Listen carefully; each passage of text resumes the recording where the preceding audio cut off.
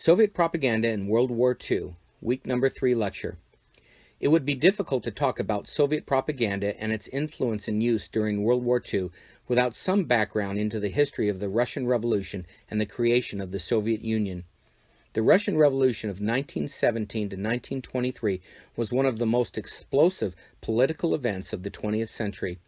This violent overthrow of the government, also known as the October Revolution, started in St. Petersburg and engulfed the entire Russian Empire in a period of political and social upheaval lasting almost 6 years. It marked the end of the Romanov dynasty and centuries of Russian imperial rule.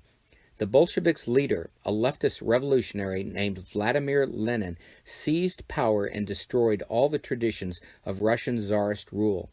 With this victory came the formation of the Soviet Union and a new socialist economic order that would not only change all of the Russian landscape, but have worldwide consequences as well.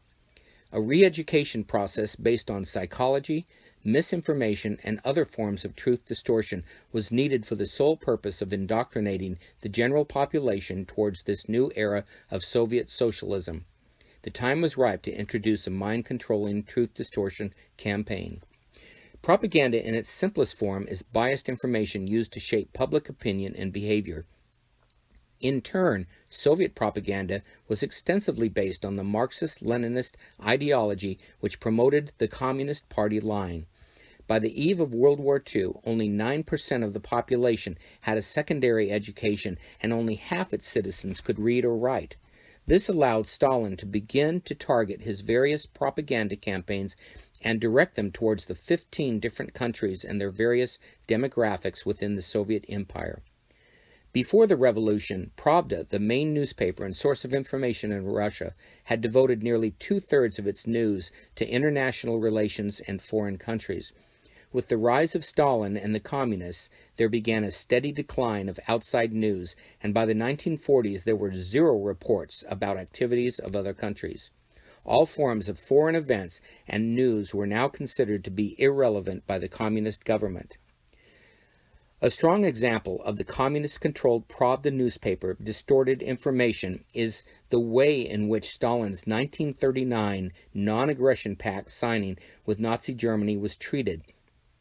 The newspaper described it as a trade credit agreement with Germany, while the words Nazi and fascist were completely omitted.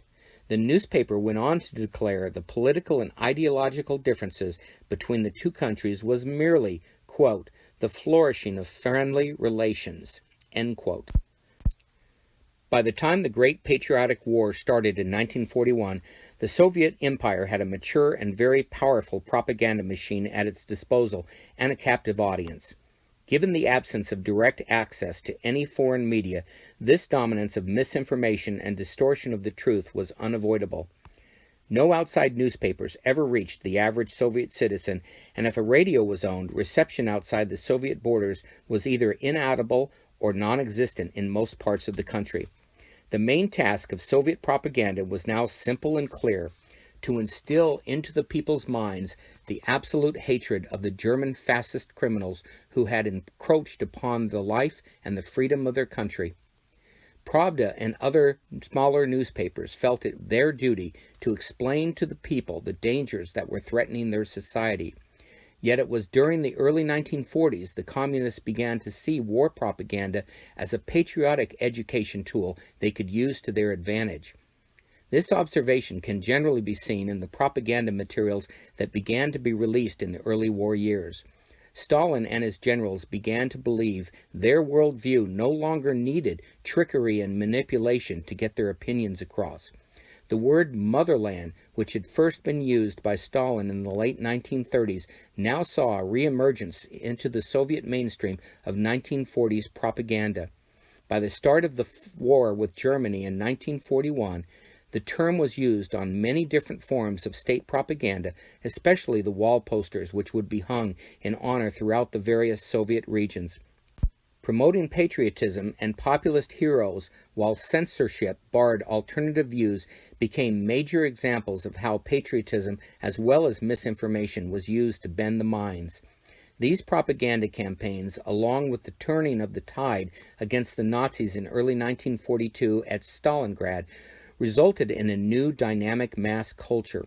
The Soviet High Command became convinced their propaganda campaigns created a sense of belonging and a code of honor that appealed to the masses, especially the younger generation who succumbed to its spell. Films, radio, and literature also played a major role in the Soviet Union's propaganda efforts during the war, alongside the newspapers, posters, and other print media. Radio, especially, was put to good use to reach the illiterate masses. Radio receivers were put in communal locations where the peasants would have to come to receive their daily broadcast of propaganda and disinformation. Newsreels and movies were heavily propagandist, depicting stories of Nazi barbarism and partisan activity. Revolutionary theater was used to inspire support for the regime and hatred for its enemies, always depicting the young Russian peasant being of perfect virtue, defeating the evil protagonist. Propaganda trains fitted with printing presses and portable cinemas, staffed with lecturers speaking about the Soviet victories, toured throughout the land. As the war with Nazi Germany progressed, Stalin became even more controlling and organized multiple censorship bureaus that assured getting the truth about the war's progress more difficult than ever. His goal was both mobilization of his subjects and total control of the information provided to them. Such extreme centralization as both an ideal and a practice had no equal in wartime Europe. Long after Stalin's death in 1953, the Soviet Union continued to oppress its citizens with the burdens of socialism, controlled by a one-party communist government. The propaganda programs that had supported the Soviet ideology have evolved greatly over the years, but still remain. More than any other country, the old Soviet Union, today's Russia, may be guilty of distortion in addition to outright lies when it comes to their history dating back to the 1920s. The Great Patriotic War still plays a dominant role in everyday Russian life, and the propaganda used during that time plays a huge part in the memories. However, there is no doubt that Russia is still attempting to come to grips with its past. Historians can see there is a constant need by the Russian government of today to change the narrative somewhat and correct the many sins of its past. Commemorating heroes is comparatively easy when compared to commemorating victims who may have died without a clear meaning. Russians today generally cherish the memories of what they still call the Great Patriotic War, but prefer to ignore the horrific realities that existed outside their sphere of knowledge. To them, war seems a natural disaster in which mass death is unavoidable. That manufactured belief is yet another glorious holdover from their Great War propaganda campaign.